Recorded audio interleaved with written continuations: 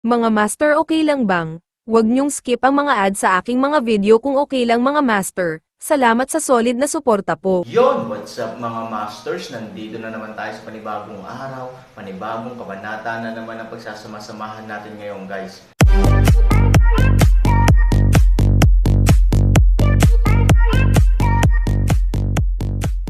Bali mga masters, kung bago ka pa lang po sa aking YouTube channel, please click the subscribe button, lalong-lalo na po yung notification bell guys, para maging connected pa rin tayo sa isa't isa at maging updated kayo sa mga susunod ko pang video. Bali mga masters, bago natin umpisahan ng kwento ay mag-shoutout po muna tayo para sa mga solid nating tagapakinig. Shoutout kay Arnel Paling, shoutout kay Jericho Tundake, shoutout kay Jasens Video, shoutout kay Randy Sabior. Yun na nga mga masters, no? Bali hindi na ito patagalin. In 3, 2, 1, let's go!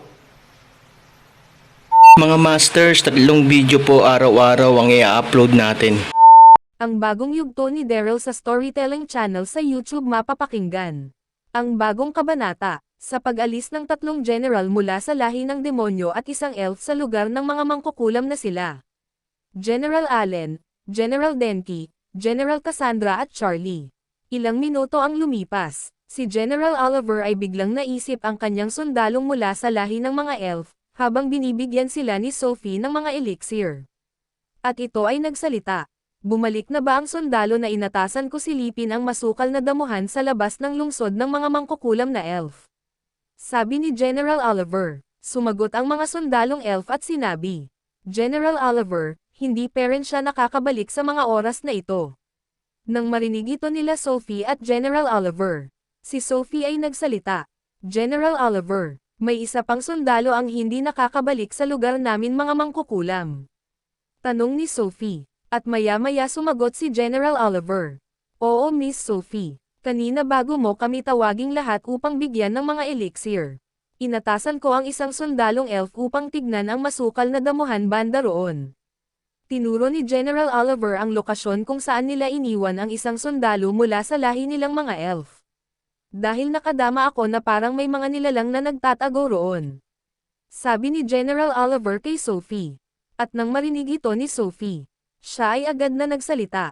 Kung ganun, bakit hanggang ngayon, wala pa rin siya dito? Sabi ni Sophie. At si General Oliver ay biglang sumigaw. Magmadali kayo, balikan natin ang inyong kasamahan. Sa masukal na damuhan na iyon. Sigaw ni General Oliver. At ang daan-daan na kasundaluhan mula sa lahi ng mga elf ay mabilis na nagsisakay sa kanilang mga kabayo.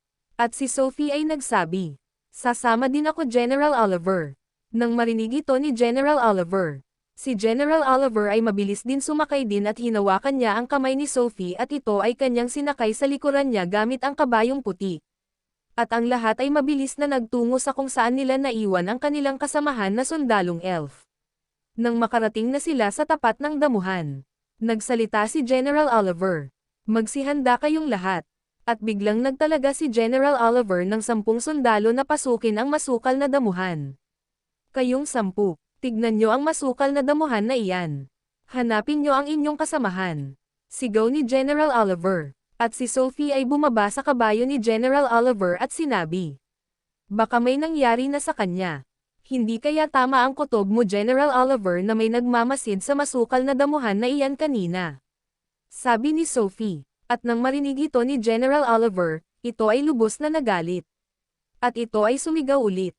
Bilisan nyo. Hanapin niyo siya, sigaw ni General Oliver. At ang 10 sundalong elf ay pumasok na sa masukal na damuhan.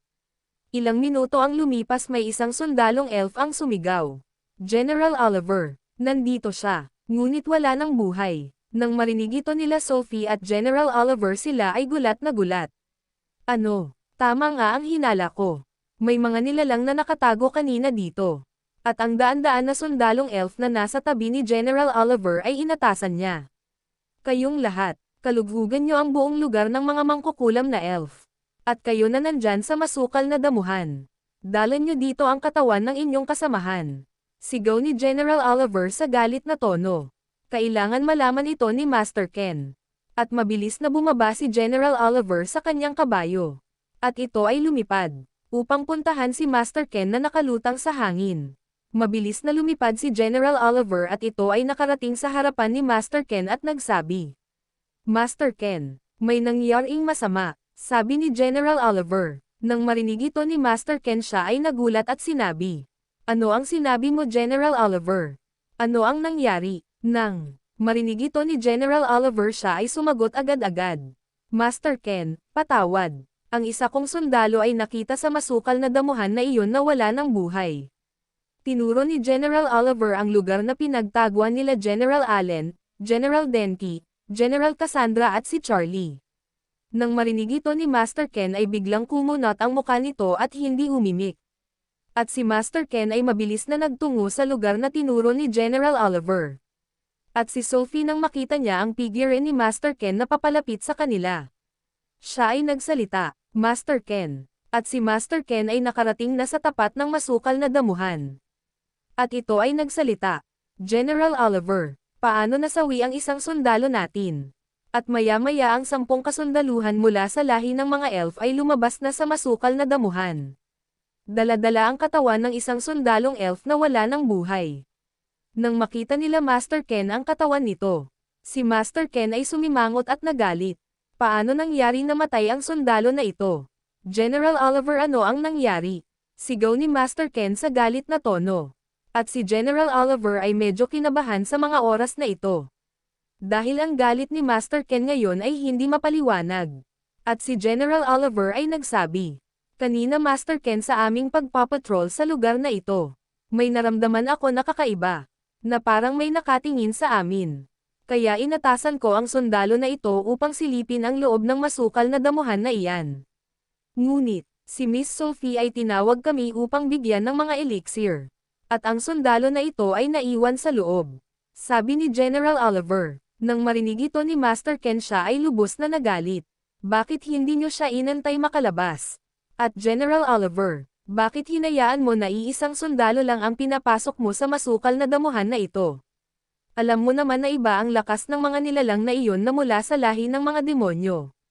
Hindi mo ba naisip ang ganun mga bagay? At sana, hindi niyo muna iniwan ang lugar na ito para sa isang elixir lamang. Sigaw ni Master Ken. Nang marinig ito nila General Oliver at Sophie. Sila ay lubos na nagulat at si General Oliver ay takot ang naramdaman sa mga oras na ito. Oo, dahil si Master Ken ay iba magalit, noong siya ay isang general pa lamang.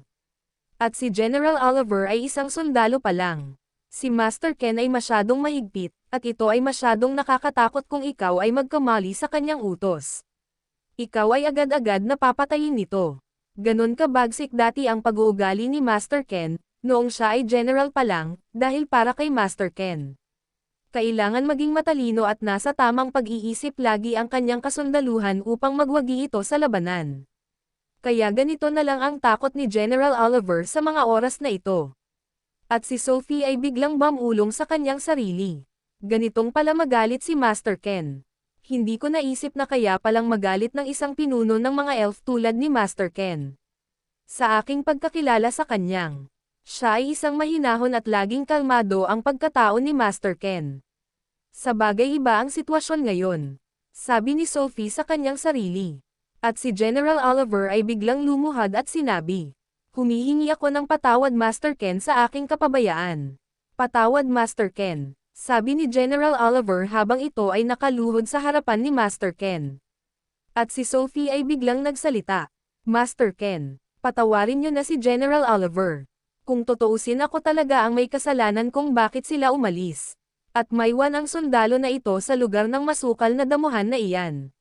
Dahil sa kakulitan ko na mabigyan agad sila ng mga elixir. Kaya sila ay umalis dito at tumungo sa loob ng aming lungsod. Kung may lubos na dapat sisihin dito, ako iyon Master Ken. At si Sophie ay luluhod na din, at mabilis itong pinigilan ni Master Ken. Sophie, wag, sabi ni Master Ken. Nang marinig ito ni Sophie, si Sophie ay biglang tumayo ulit ng tuwid. At si Master Ken ay nagsalita. Lapos-tanganan talaga ang mga lahing demon. Nakakatiyak ako na sila ang may gawa nito. Kumilos na sila ng patago laban sa atin. Panganib ito para sa ating lahat. General Oliver, maaari ka nang tumayo. Dalan mo ang ibang mga kasundaluhan. Hanapin ang may gawa nito. Tingin ko nandito pa sila upang magmasid. Sabi ni Master Ken sa malakas na tono. At si General Oliver ay mabilis na tumayo at sinabi, "Magmadali kayong lahat, magsikalat kayo. Patayin niyo agad ang makita niyong ibang nilalang nasa lugar na ito." Sigaw ni General Oliver. At si General Oliver ay mabilis na umalis upang sumama sa mga kasundaluhan ng lahing elf. Upang hanapin ang pumaslang sa isang sundalo nila. At si Master Ken ay biglang tumahimik habang ito ay nakakunot ang noo. Maya-maya si Master Ken ay nag-isip. Tama ang hinala ko. Ang lugar ng mga mangkukulam na elf ang kanilang unang pupuntahan. Nakakatiyak ako na. Sinugurado nila kung may nagbabante ba sa lugar ng mga mangkukulam na elf at ang Charlie na iyon. Siya ang nagturo sa lugar na ito sa mga lahing demonyo. Sana talaga pinatay na kita nung oras na ikaw ay bago itapon sa sagradong bangin. Naging pabaya din talaga ako sa mga oras na iyon.